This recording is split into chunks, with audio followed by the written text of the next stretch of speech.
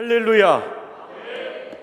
참 코로나19 상황에서 그래도 발전된 뉴미디어의 혜택으로 이렇게 현장에서도 예배드리지만은 온라인으로 이렇게 예배할 수 있는 것도 참 감사하다. 그래서 정말 모든 영광 하나님께 올려드립니다. 사람에게 있어서 모든 인간이 추구하는 게 행복이에요. 그런데 행복이라고 하는 학문 자체가 없었습니다. 대부분의 사람들이 추구한 것이 행복인데도 행복에 대한 연구가 거의 없었어요. 한국에서는 서울대 최인철 심리학 교수, 그 교수가 행복연구센터를 설립하고 이렇게 활동을 하면서 그분을 행복심리학 교수라고 얘기를 합니다. 근데 아마 이분이 이렇게 하는 거 비슷하게나 아니면 더 먼저 미국에서 이 운동을 일으켰던 분이 바로 탈벤 샤르라고 하는 이 교수님이에요. 하버드대 교수님이신데 이분은 행복에 대해서 2002년도에 행복학 강의 개설을 했을 때 8명이 참석을 했어요. 그리고 그 이듬해부터 가장 많이 수강생이 될 때는 855명까지 됐습니다. 이분의 그 강의가 한 권의 책으로 모아지는 게 해피어라는 이 책이에요. 이 책 안에 보면 행복할 수 있는 6가지 계명도 있고 그러거든요. 그런데 저 책을 보고 딱 느낀 점이 뭐냐면은 행복의 원리 딱 한마디라면은 사람다워라입니다. 사람다워라. 사람다운 사람만이 행복할 수 있다. 이게 항상 감사를 표현해라, 섬기며 봉사하면서 살아라, 다양한 원리들이 굉장히 많이 있습니다. 내면의 부정적인 정서들을 털털 털어버리고 많은 이 얘기들이 있는데 사실은 행복하기를 원하십니까? 사람다워지십시오입니다. 그래서 제가 이분의 책을 참 귀한 책이다라고 생각을 하는 거예요. 이 책을 보면은요, 꼭 무슨 생각이 드느냐면은 성경을 해석해 놓은 것 같은 느낌을 받아요. 왜 그럴까 봤더니 이 사람이 이스라엘 사람이에요. 히브리 사람이에요. 그러니까 이 히브리인으로 태어나서 그냥 성경을 떠나지 않는 사람이에요. 그리고 학교에 가면 성경 과목이 굉장히 우선한 학교 출신이에요. 그러다 보니까 이분의 그 지식에서 성경을 빼놓고는 생각할 수가 없어요. 그러다 보니까 이분의 그 메시지마다 마치 성경을 해석해 놓은 것 같은 느낌을 받는 거예요. 제가 이분의 이 원리를 보고 다 깨달은 게 뭐냐면은 그래서 이건 하지 마라, 너 이렇게 살아라, 자꾸 이 말씀을 계속 반복해서 성경에서 말하고 있잖아요. 한마디로 하면 너 사람다워져야 돼. 너 사람다워져야 돼. 그래야 너 행복한 인생이 될 수 있어. 그러니까 우리가 행복하기를 가장 바라시는 분이 우리를 창조하신 하나님이시거든요. 그러니까 십계명을 주시는 거, 율례를 주시는 거, 그 포커스가 바로 너 사람다워져야 네가 행복한 인생이 될 수 있어. 이분의 책을 통해서 딱 깨달은 게 바로 그거예요. 그래서 하나님이 우리에게 계명을 주시고 율례를 주시고 산상수훈을 주시고 다양한 서신서를 통해서 이렇게 살아라, 이렇게 살면 안 된다, 귀찮을 정도로 말씀하신 포커스가 여기에 있었구나, 그거를 깨달을 수가 있었어요. 그래서 오늘 본문을 더 깊이 볼 수 있게 됐죠. 어느 분이 돌아가시면서 자녀들에게 유언을 남겼어요. 근데 그 유언이 참 희한해요. 사람 인자 8개요. 사람 인자 8개. 장례식을 치르고 도대체 이 유언이 무슨 유언인가? 당시에 좀 학자다, 또 사표다, 많은 분들을 찾아가도 이걸 해석해 주는 사람이 없어요. 그런데 어떤 분을 만났는데 이 얘기예요. 너무 확신 있게 얘기를 하는 거예요. 이 사람 인자 8개란 이렇게 이제 사람자를 한번 씌워보세요. 8이 나오는가 씌워보세요. 그러고 이제 하는 거예요.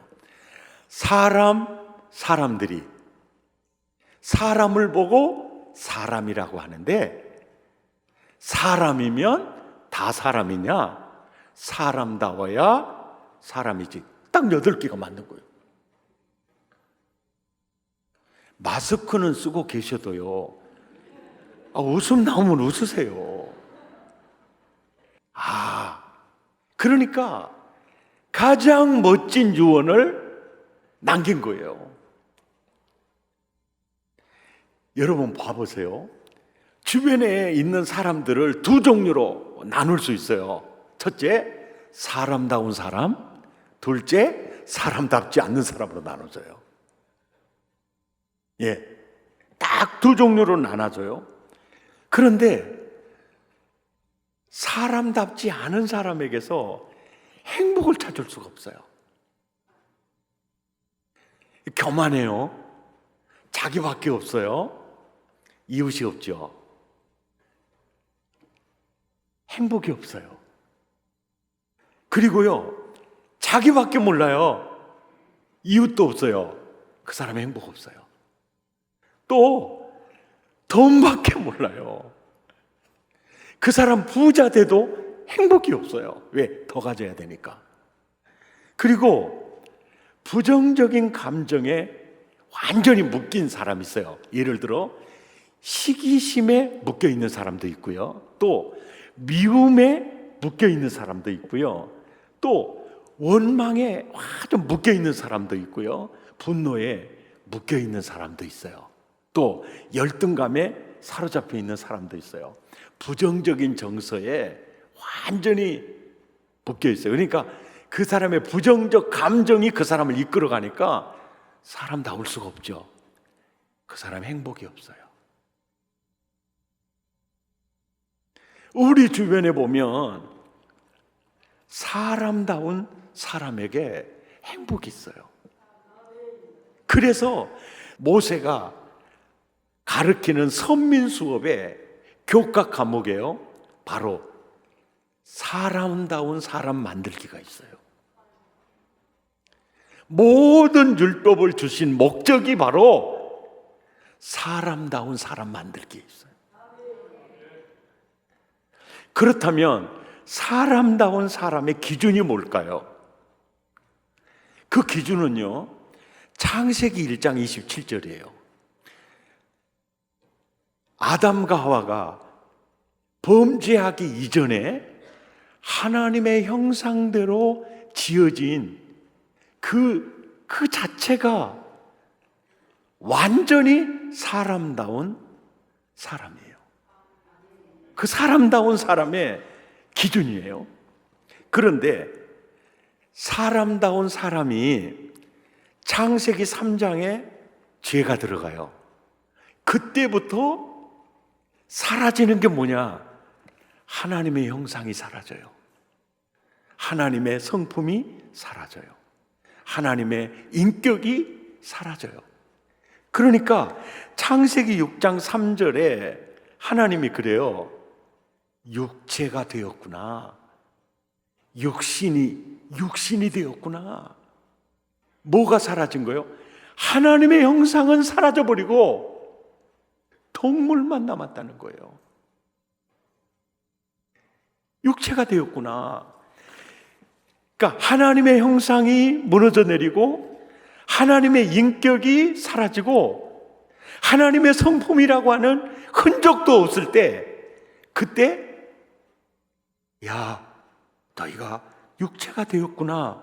그럴 때 창세기 6장 5절 6절에 보세요. 그 인간이 어떻게 됩니까? 죄악이 관영하게 돼요. 그러면서 마음으로 생각하는 모든 계획이 동물적이고 항상 악할 것을 보시고 사람 지으셨음을 한탄하게 돼요. 인간미란 흔적을 찾아볼 수가 없어요. 인간미, 인간의 아름다움은 찾아볼 게 없어요. 하나님의 형상이 무너져 내리고 하나님의 성품과 인격을 흔적도 찾을 수가 없을 때 육체가 되었구나. 하나님의 탄식과 하나님의 괴로움을 볼 수가 있어요. 그래서 시편 기자는 49편 12절에 이런 얘기를 해요. 사람은 존귀하나, 사람이 왜 존귀해요? 하나님의 형상 때문에 존귀해요. 그런데 그 형상이 사라지고 나니까 멸망하는 짐승 같구나. 예. 사탄의 회의에서요, 어떻게 하면 인간의 행복을 도둑질하고 인간을 무너뜨리며 그들을 멸망 속으로 그들을 빠뜨릴 수 있겠느냐, 좋은 방안을 한번 발표해봐라. 그럴 때 좋은 수가 있습니다. 그래, 뭐냐? 사람으로 하여금 정욕에 사로잡혀서 무너뜨리면 됩니다. 육신의 정욕에 사로잡히고 이생의 자랑에 사로잡히고 안목의 정욕에 사로잡혀서 인생을 파괴시킬 수 있습니다. 그러니까 또 한 쫄개가, 저도 좋은 수가 있습니다. 사람으로 하여금 교만하게 해서 눈에 보이는 것이 없게 만들면 됩니다. 교만하면요, 눈에 보이는 것이 없어지고요, 귀가 막혀집니다. 그리고 교만하는 순간 사람은 불행해지게 돼 있어요.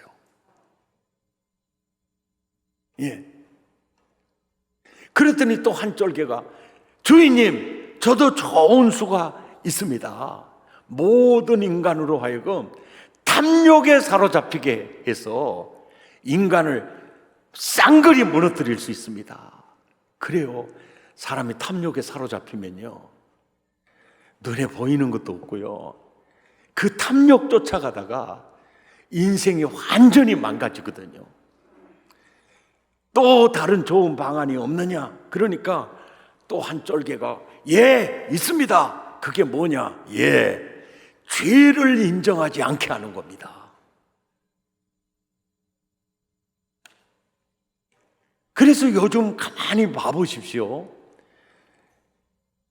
법을 공부한 법률학자들이요, 물론 그러지 않은 분도 물론 계시지만은 법을 잘 이용해서요, 기가 막히게 범죄하는 사람들이 많아요.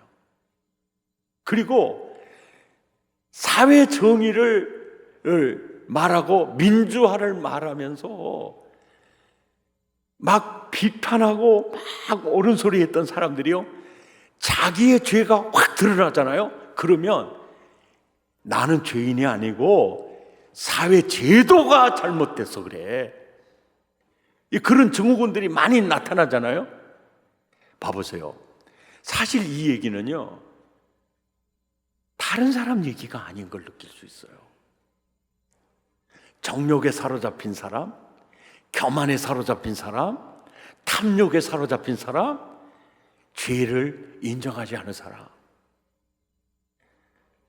나는 어떤가 돌아볼 필요가 있어요. 나도 모르는 사이에 지금 내가 이 속에서 하나님의 형상이 무너져 내리는 것은 아닌가. 그래서 행복 지수가 땅에 떨어진 것은 아닌가. 이런 상황과 이런 처지에 있는 우리에게 모세가 꼭 전하고 싶은 게 계명이었고 율법이었고요. 그러면서 그 율법을 전하면서 오늘 본문에 그렇게 얘기하는 거예요. 내가 전하는 명령과 규례를 지켜야 한다. 이렇게 말하는 원리가 뭐냐면은, 야, 사람다워져야 한다. 하나님의 형상을 회복해야 한다.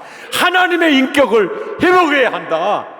인간미를 회복해야 한다. 그래야 되니까 내가 지금 이렇게 설교하고 있는 거야. 아멘입니까? 예. 구원은요, 칭의 플러스 성화예요. 그래서 칭의, 과거죠. 구원받았고, 칭의 받았고, 또 현재적 개념, 구원받고 있고, 미래적 개념, 받을 것이고. 그러니까 바울 신학의 핵심이 뭐냐면, 나는 이미 이루었담도 아니고 예수께 잡힌 바 된 그걸 잡으려고 나는 두렵고 떨림으로 달려간다. 이게 우리 구원받은 사람들에게 아주 아름다운 자세이거든요. 그런데 자꾸 성경을 읽으면요, 율법은 하라, 하지 말라는 메시지가 굉장히 많잖아요. 예? 많죠? 그래서 그 말씀을 강력하게 전하면서, 이렇게 전하면서 이럴 때 우리는 약간 이 말씀을 오해할 수가 있어요. 그래서 구원 이꼬로 칭의 플러스 성화니까 성화되는 과정에서 어느 정도 카트라인이 있는 거 아닌가. 그리고 그 카트라인의 기준을 내가 충족시켜줘야 되지 않을까로 달려가면 율법의 덫에 걸려요. 예, 율법의 덫에 걸려요. 그렇다고 그래서 우리 구원받아서 칭 하나만을 가지고서 방종해도 안 돼요. 여기에서 성경을 이해하는데 아주 중요한 부분이 있어요. 여호와께서 오늘 내가 명하는 명령과 규례를 지킬 것이 아니냐. 여기는, 이것은 구원을 위해서 지금 이 메시지를 하는 게 아니에요. 왜요? 구원은요, 율법의 행위로 구원을 얻을 육체는 이 땅에 존재하지 않아요. 따라서 합시다. 오직 은혜, 오직 예수, 오직 믿음으로만 우리는 구원받을 수 있어요. 아멘입니까? 그렇다면 내가 명하는 명령과 규례, 왜 이게 필요하냐? 필요한 이유, 이 본문 자세히 보세요. 오늘 내 행복을 위하여요. 그러니까 하나님의 구원받은 하나님의 선민에게 내가 명하는 명령과 규례를 지킬 것이 아니냐? 이 말하는 이유가 뭐냐면 구원받기 위해서가 아니라 이미 구원받은 하나님의 선민에게 주시는 이 메시지는요, 야, 너 사람다워져야 돼. 무너진 하나님의 형상이 회복돼야 돼. 왜요? 그래야 너 행복해질 수 있어. 아멘입니까? 이게 포커스예요. 그러니까 그 탈벤 샤르 교수가 성경을 제대로 봤던 거예요. 인간의 행복은 인간을 창조하신 하나님의 말씀에 비추어서 인간미를 회복할 때, 다시 말해서 육체가 됨이라, 그 인간이 하나님의 형상을 회복할 때, 아멘입니까? 그때 인생은 행복할 수 있어. 그래서 이 사상이 바울 신학이에요. 바울 신학입니다. 바울이 열심히 사역하는 목적이 갈라디아서 4장 19절에 나와요. 내가 복음을 전하고 율례를 막 가르치고 서신을 통해서 내가 막 편지를 보내는 이유는 바로 그리스도의 형상이 이루어지기를 위해서 내가 해산의 고통처럼 힘들지만 내가 이 사역을 하고 있다. 그리스도의 형상을 담도록. 그리스도의 형상이 뭡니까? 사람다운 사람의 기준은요, 범죄하기 전에 아담과 하와이고요, 범죄한 이후에 사람다운 사람의 모델은요, 하나님의 형상이 육신을 입고 이 땅에 오셔서 사셨던 예수 그리스도거든요. 사람다운 사람의 기준은 범죄하기 전에 아담과 하와이고, 범죄한 이후에는 그리스도의 형상이거든요. 그리스도의 형상을 닮아야 된다. 이 말은 뭐냐면 잃어버린 하나님의 형상이 회복되어야 한다. 하나님의 인격이 회복되어야 된다. 왜요?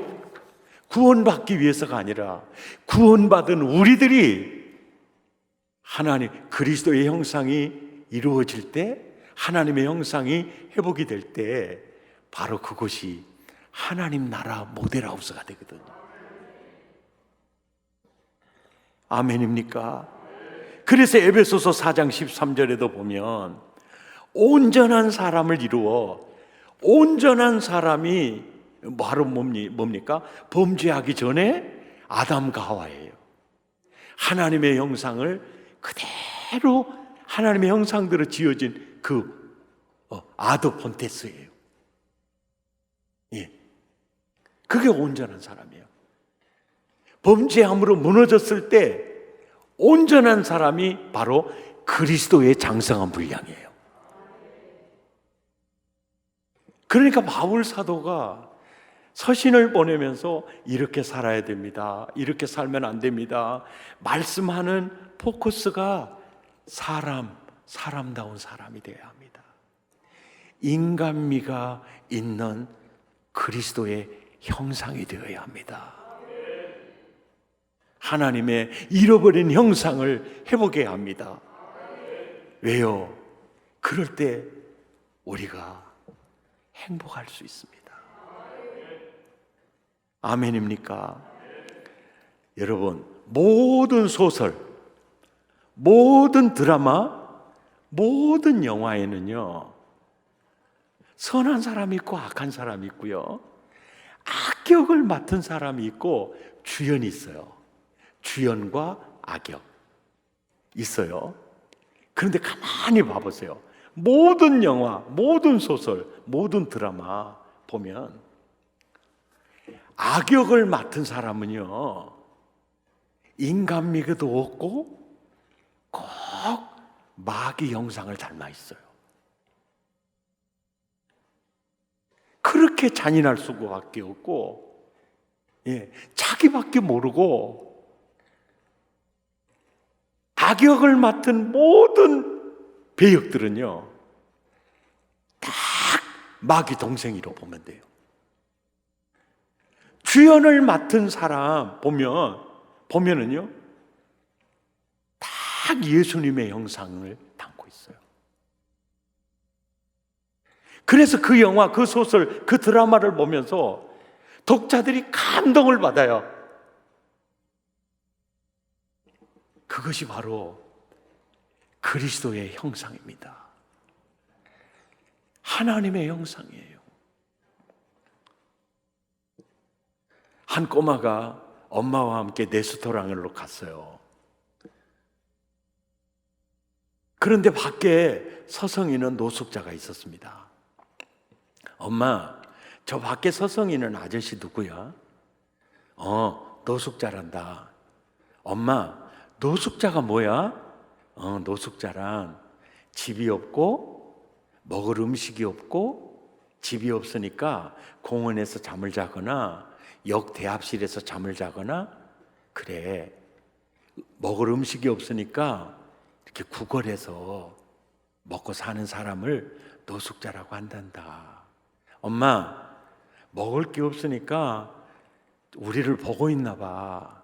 엄마, 저 아저씨 우리와 같이 식사하면 안 될까? 그럴 때 엄마가 야 임마 안 돼. 냄새가 너무 많이 나. 같이 앉아서 있으면 너도 음식 못 먹을 거야. 딴 데 눈 팔지 말고 먹어. 여러분 같으면 그러시겠어요? 어떻게 하겠어요? 그러자 그러겠어요? 안 돼 그러겠어요? 마스크는 쓰고 있어도 말을 좀 하세요. 분명히 그러자 했을 거예요. 왜요? 내 자식 잘 키우고 싶었겠죠. 그러자 했을 거예요. 아저씨 마음껏 드세요.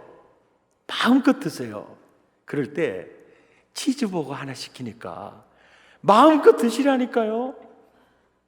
그러니까 나중에 베이컨 하나 더 시켜요. 그러니까 미안했던지 많이 안 시켜요. 나오자마자 막 먹는데 아저씨 감사기도 하고 먹어야죠.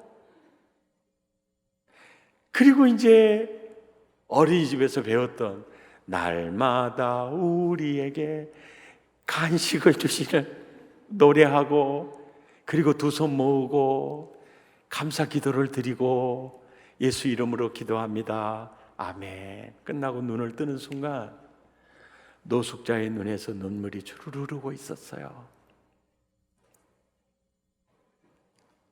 이 꼬마가요, 하나님의 형상을 지니고 있었어요.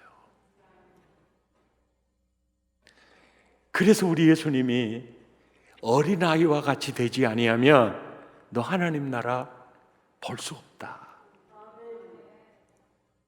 그리스도의 형상, 어린아이 다 같은 개념인 것을 알 수 있어요. 아멘입니까? 그 광화문 교보빌딩의 현수막은요, 주로 좋은 작품을 공모해서 몇 개월을 저렇게 걸어요. 그 광화문을 찾는 사람들은 저 현수막 굉장히 감동이 많이 되는 현수막이에요. 이번에 대학생 공모에서 뽑힌 작품이에요.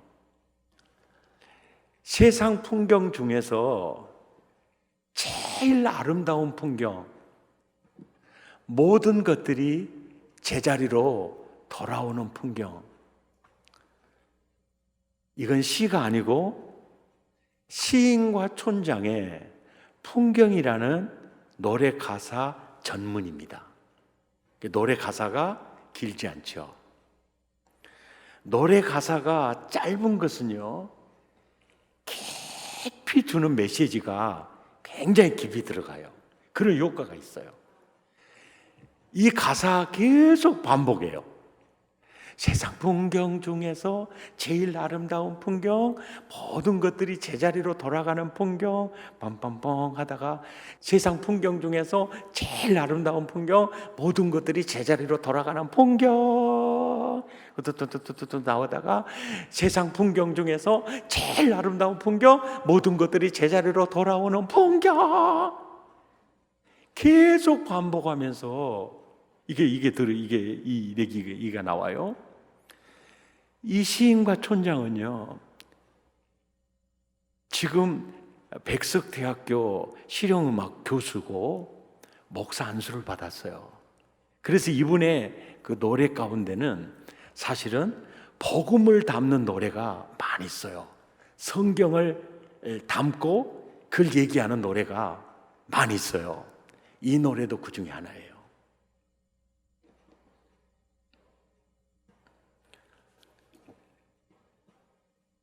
세상에요, 작품 중에서요, 가장 아름다운 풍경과 작품이 있다면 사람입니다. 금수강산이 사람을 따라갈 수가 없어요. 사람이요, 그렇게 아름답습니다.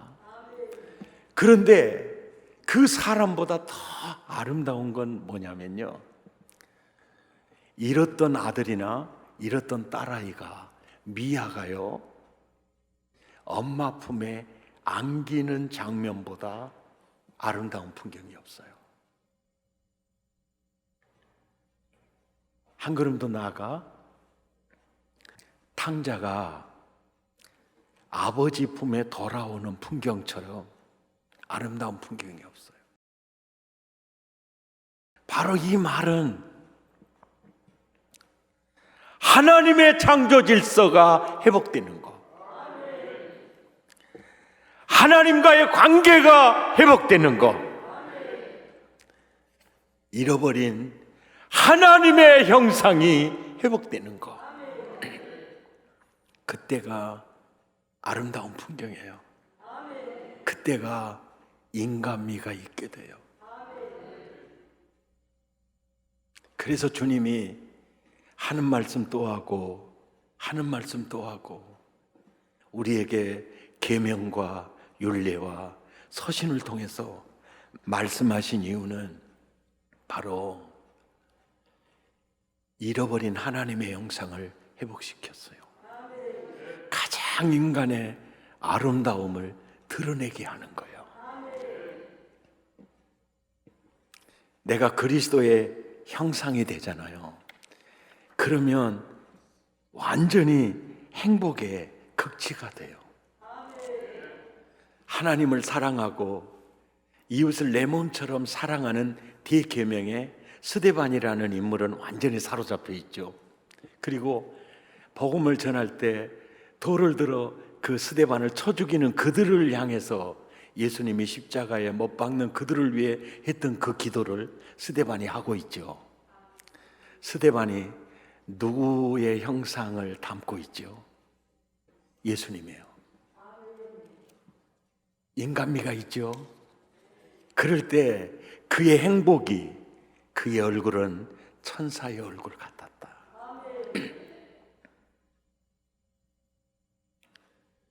오늘 말씀에 오늘 내 행복을 위하여 명하는 명령과 규례를 지킬 것이 아니냐, 말씀을 따라 살게 되면 사라졌던 하나님의 형상이 회복이 돼요. 아멘입니까? 그리스도의 형상이 이루어질 때 하나님 나라의 모델하우스가 돼요. 그러면 내가 행복해지죠. 나와 함께 사는 사람이 행복해지죠. 나를 만나는 사람마다 행복해지죠. 그래서 따라서 합시다. 행복한 세상은 행복한 사람만이 만들 수가 있어요. 그러니까 이런 선교적 시야 속에서 동조야, 오늘 너의 행복을 위하여 명하는 명령과 규례를 지켜 행해라. 그러면 무너진 하나님의 형상이 회복되면서 하나님의 나라 모델하우스가 될 거야. 그러면 너를 통해서 네 가정, 너의 이웃, 세상이 하나님의 나라가 될 거야. 그러니까 오늘 내 행복을 위하여 명하는 명령과 규례를 지키라는 말씀 속에 나의 행복도 있지만 세계 복음화가 있는 거예요. 마태복음 5장 16절의 역사, 너희가 세상의 빛이라. 너희가 세상에 내 아들이다. 너희가 세상에 하나님 나라야. 세상 사람들이 너를 보고 너의 아름다움을 보고 너희 아버지께 영광을 돌리게 될 것이다. 아멘. 슈바이처 박사가 아프리카 선교 사역을 마치고 귀향할 때 그 선교 본부에서 마중을 나갔어요. 우리 박사님 아마 기차를 타고 오시는데 1등 칸에 계시겠지. 그리고 1등 칸을 갔는데 안 계세요. 그래서 부랴부랴 내리기 전에 가려고 2등 칸에 갔는데 안 계세요. 그리고 3등 칸을 향해 가는데 3등 칸에서 내리셨어요. 아유, 박사님 왜 3등 칸을 타셨어요? 이게 이제 슈바이처 박사의 유머입니다. 예, 4등 칸이 없어서 탔어요.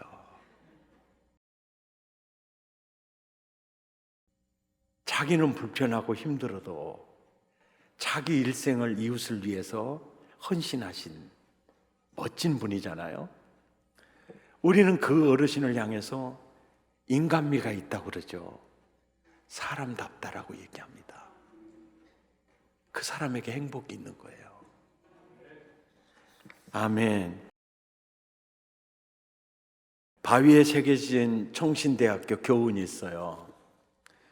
목자가 되어라, 그래서 성자가 되어라, 학자가 되어라 보다 가장 먼저 신자가 되어라. 이 신자가 되라는 말은요, 하나님의 형상을 지닌 사람이 되라는 개념을 담고 있어요. 요즘 코로나19에 감염이 되는 교회들도 있잖아요. 그런데 이런 뉴스들 들어보셨죠? 아무개가 동선을 속였다는 거예요. 이 거짓말로 동선을 말함으로 방역에 너무 힘들고 있다는 거예요. 그때 그 소리가 정말 듣기 싫은 소리예요. 그냥 불신자 같으면 거짓말을 해도 그러려니 하잖아요. 그런데 그래서는 안 될 지도자들이 그렇게 얘기를 할 때 이 교훈 생각이 나는 거예요. 그래서 전도자, 성자, 목자가 되기 전에 그래 사람 되라고 했구나. 사람은 누구나 실수할 수 있고 잘못할 수 있어요. 사람은요, 잘못했다, 실수했다, 그래서 그 사람의 위신이 꺾이는 게 아닙니다. 왜요? 누구나 실수할 수 있고 잘못할 수 있으니까요. 근데 그 뒤처리가 변명해서도 안 돼요. 거짓말해서도 안 됩니다. 정말 정직해야 돼요. 제가 실수했습니다. 나는 옳다고 생각했는데 이게 잘못됐군요. 이해와 용서를 구합니다. 그 사람에게는요, 누구도 침을 뱉을 수가 없어요.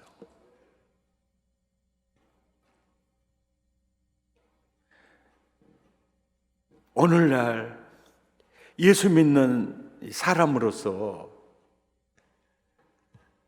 이 말씀이 더 절절히 가슴에 와 닿는 거예요.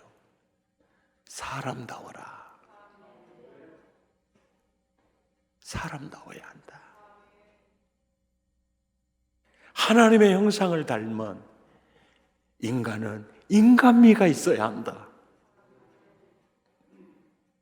이것이 바로 우리의 사명이에요.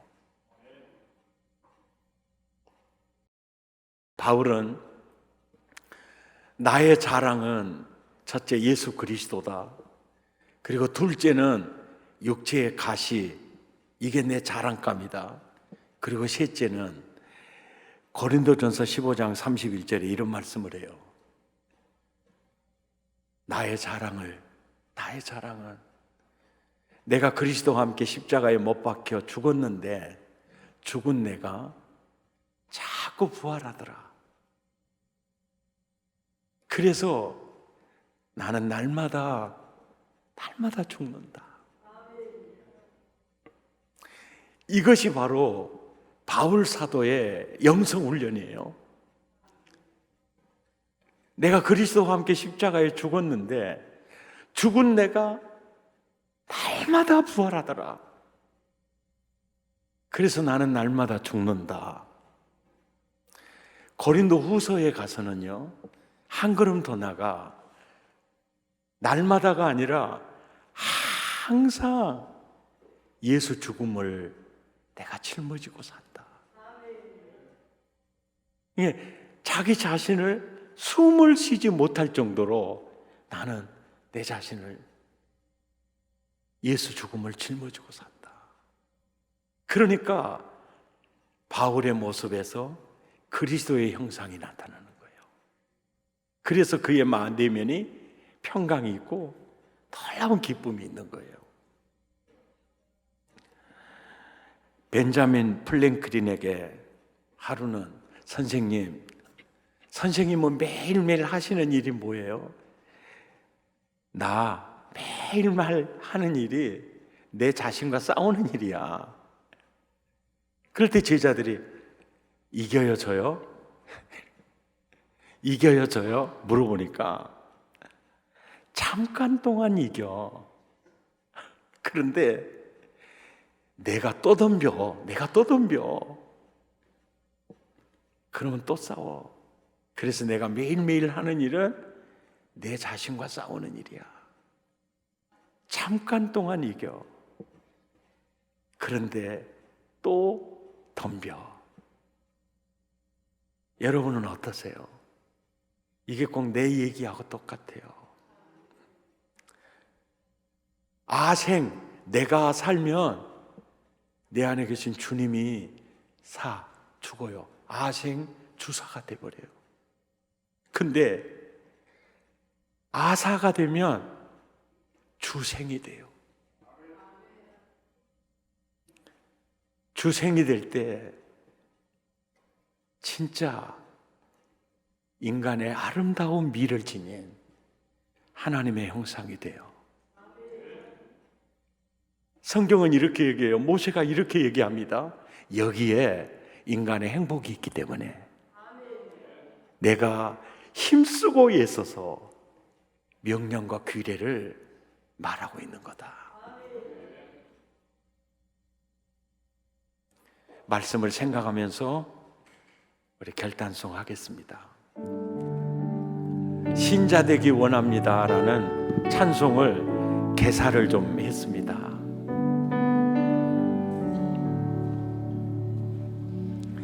사람 되기 원합니다.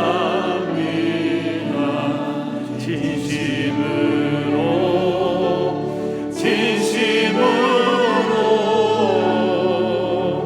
사람 되기 원합니다. 진심으로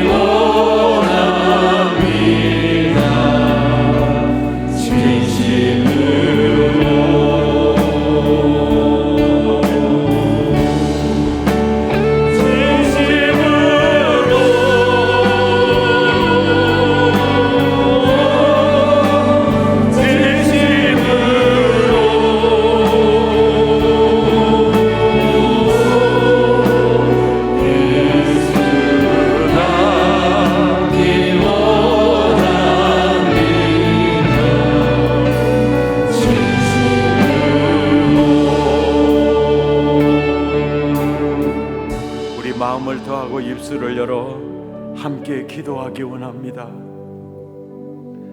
무너진 하나님의 형상이 회복되기를 원합니다. 그리스도를 담는 가장 인간미가 있는 하나님 나라 모델하우스로 사람다운 사람으로 주여 빚어지기 원합니다.